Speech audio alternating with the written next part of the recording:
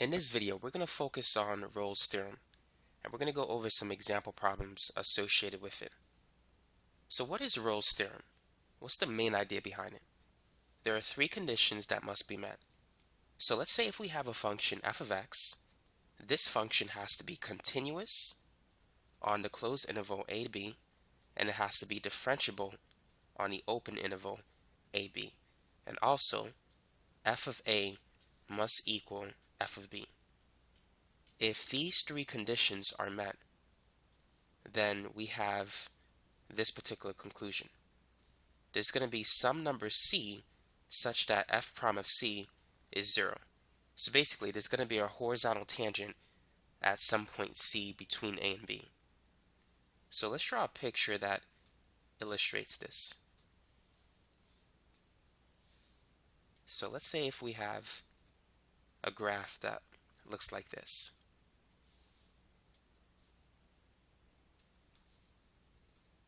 So is the function continuous on the closed interval? What would you say?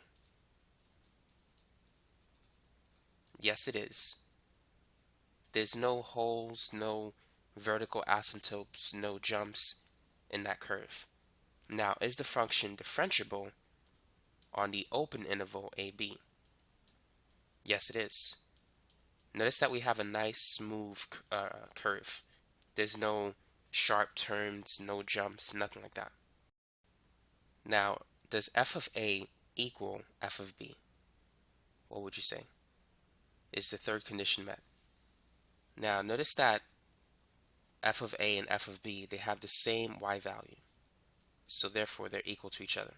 If these three conditions are met, then there's going to be a horizontal tangent somewhere between a and b. And we can see where it is. It's at this point. So that's point C. And at point C, we can see that the slope of the horizontal tangent is 0. So thus, f prime of C is equal to 0. And that's the main idea behind Rolle's theorem. So let me give you another example, another graphical example.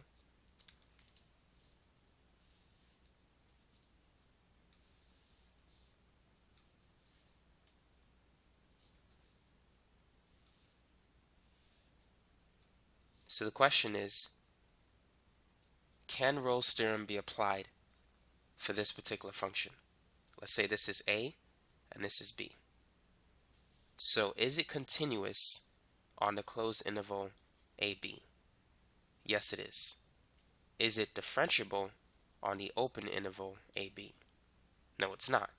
Notice that, let's assume that this is point C here. From A to C, notice that the curve is going up. So the slope is positive. And then instantly, it's going down. The slope is negative. So anytime you have a sharp curve where the slope changes instantaneously at this point, that means that it's not differentiable at that point. You cannot evaluate the first derivative at that point. So therefore, it's not differentiable on the open interval. So Rolle's theorem will not apply. As you can see, between A and B, there's no point C where we have a horizontal tangent. It appears as if we have a vertical tangent at the cusp, but no horizontal tangent. Even though f of a is equal to f of b in this example. Because the second condition is not met, Rolle's theorem cannot be applied in that example.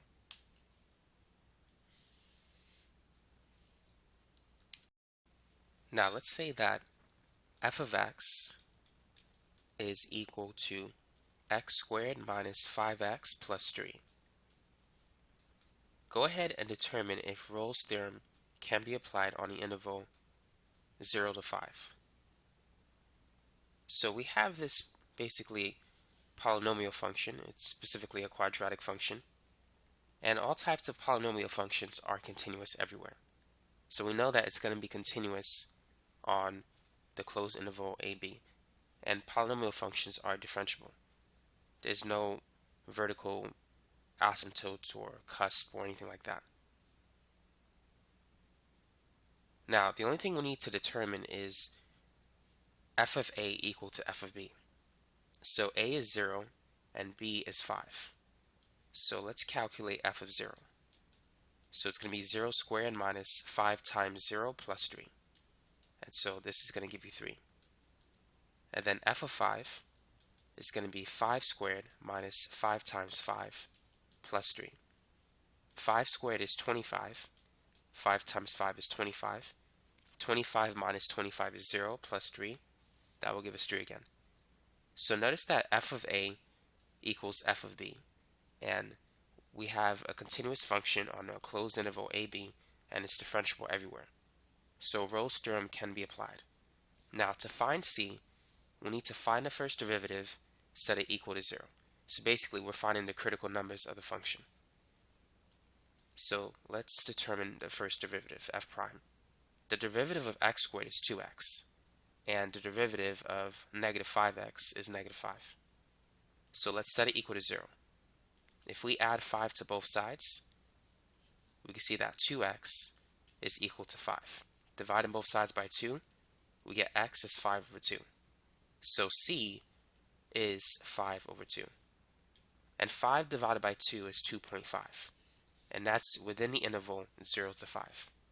So this is the value of c that satisfies Rolle's theorem.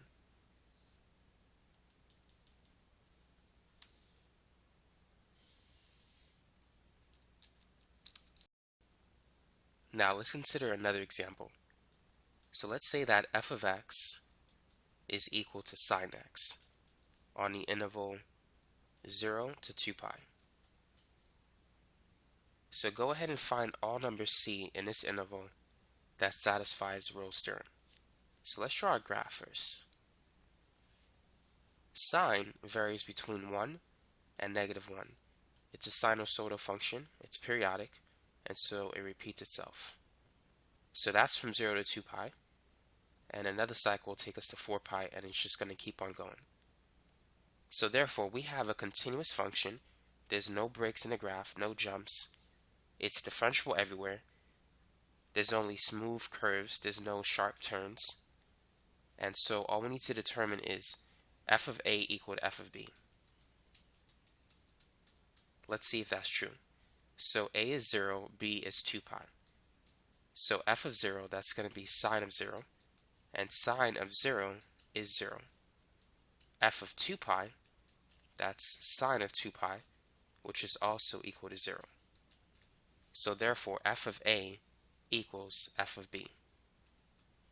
So Rolle's theorem can be applied, and we can see it's going to be applied here and here. Keep in mind, this point is 2 pi.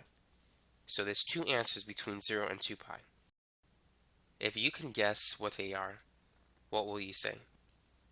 Well, notice that this point is pi. So here, this has to be half of pi. And this is going to be 3 times half of pi, or 3 pi over 2. Now let's confirm to see if those answers are correct. Pi over 2 and 3 pi over 2. So let's find the first derivative. The first derivative of sine x is cosine x. And we need to set it equal to 0. Now, cosine pi over 2 is equal to 0. And cosine 3 pi over 2 is equal to 0. And pi over 2 and 3 pi over 2 are in this interval. And so we can see that c can be pi over 2 or 3 pi over 2. So you can look at the graph and determine the answers visually, or you can find it from the first derivative. So Rolle's theorem can be applied for sine x.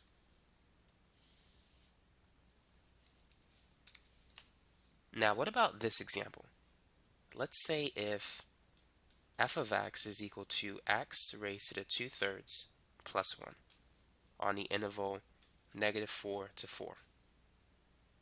Can we apply Rolle's theorem to this particular function on that interval? Well, let's find out. X to the 2/3 is a graph that looks like this. Now, it's been shifted up 1 unit. So it's not going to start at the origin, but it's going to start at 1. So this is just a generic shape of the graph. Just by looking at it, we know that Rolle's theorem will not be applied to it because we have a cusp.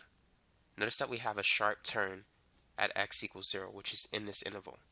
So therefore, we could say that it's not differentiable on the open interval AB. So therefore, we cannot apply Rolle's theorem. And based on the shape of the graph, you could see that we really don't have a horizontal tangent between -4 to 4. It looks like this part is horizontal, but it's not. It's always increasing towards the right, and towards the left, as you go from left to right on the left side, is really decreasing. So there's really no horizontal asymptote for that particular graph.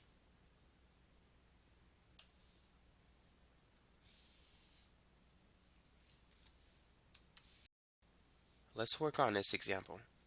Let's say that f of x is equal to x times the square root of 4 minus x over the interval 0 to 4.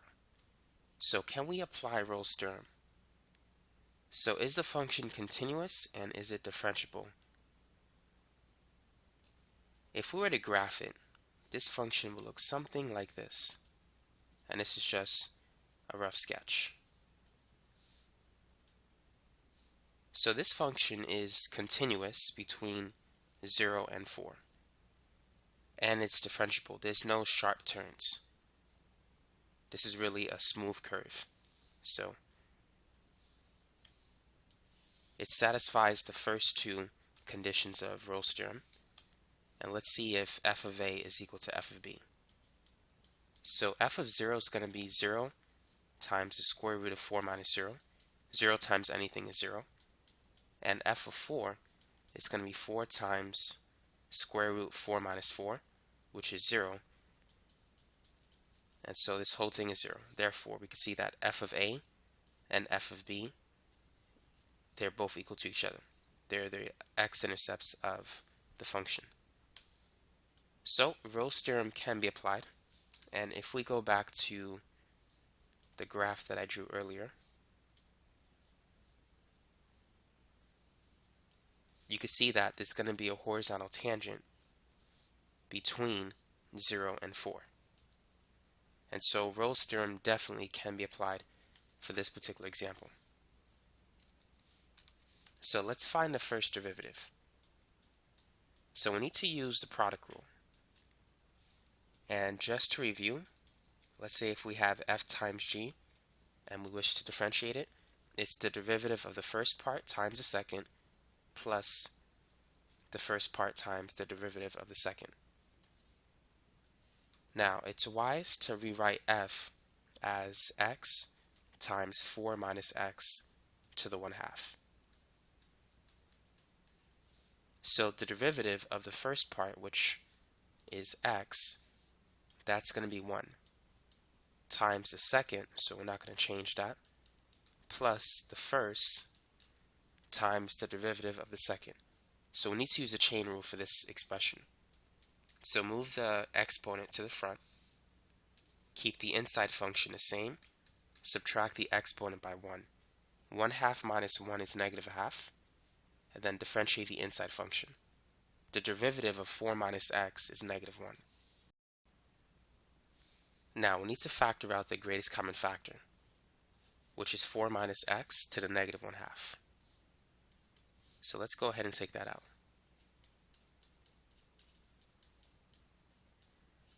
When you factor the GCF, you need to divide if you want to find out what comes on the inside. So if we take this term divided by this, we need to subtract the exponents. So it's going to be 1/2, the top one minus the bottom one, which is -1/2. So the two negative signs become positive. 1/2 plus 1/2 is a whole. So this becomes 4 minus x raised to the first power. And then we took this out. So if you divide this expression by this one, the 4 minus x to the -1/2 will cancel. So we're left with -1/2 x.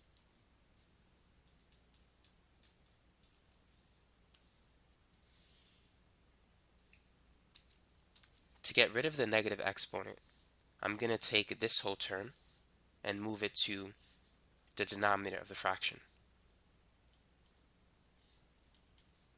So on the bottom, it's going to be 4 minus x to the 1/2. And in the numerator, it's 4, and then we have minus x minus 1/2 x. So -1 minus 1/2, that's -1.5, which is the same as -3/2. -1, you can write that as -2/2. And so -2 minus 1 is -3. So this is going to be -3/2x. Now to get rid of the fraction, I'm going to multiply the top and the bottom by 2. So I'm going to have 8 minus 3x divided by 2, and then I'm going to convert this back into a square root. So the square root of 4 minus x. So that's the first derivative of this function.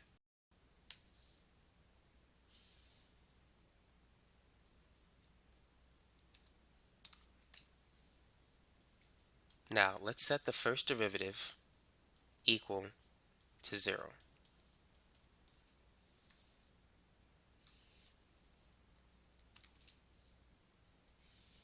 And let's calculate the value of x.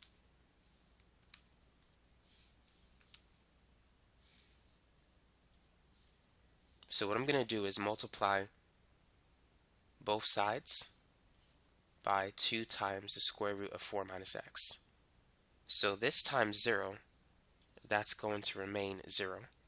And then if I take this fraction multiplied by this, the denominator will cancel. So on the left side, I'm just going to have 8 minus 3x. And so let's add 3x to both sides. So if we move this to the other side, it's going to become positive, and then divide by 3. So x is 8 divided by 3. Now what is 8 over 3 as a decimal? This is the same as 6 over 3 plus 2 over 3. 6 divided by 3 is 2. 1 over 3 is 0.3333. So 2/3 is like 0.6 repeated. So we can round that and say 0.67. So x is approximately 2.67. And that's well within this interval between 0 and 4. So this is the exact answer for C, and this is just an approximation. So we can see that Rolle's theorem indeed applies to this particular function.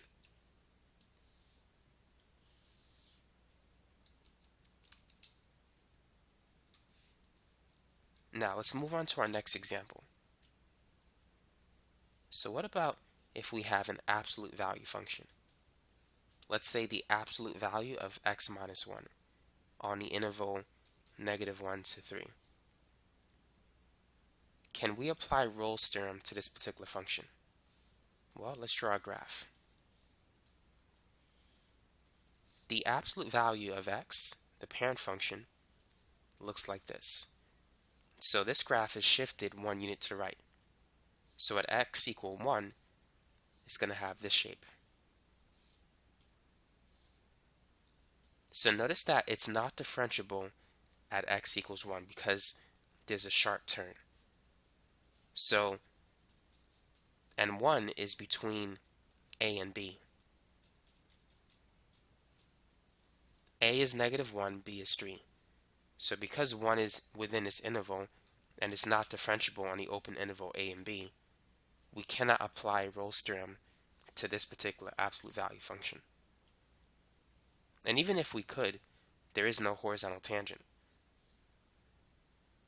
So f prime of c will not equal 0 because there's no horizontal section in this particular graph.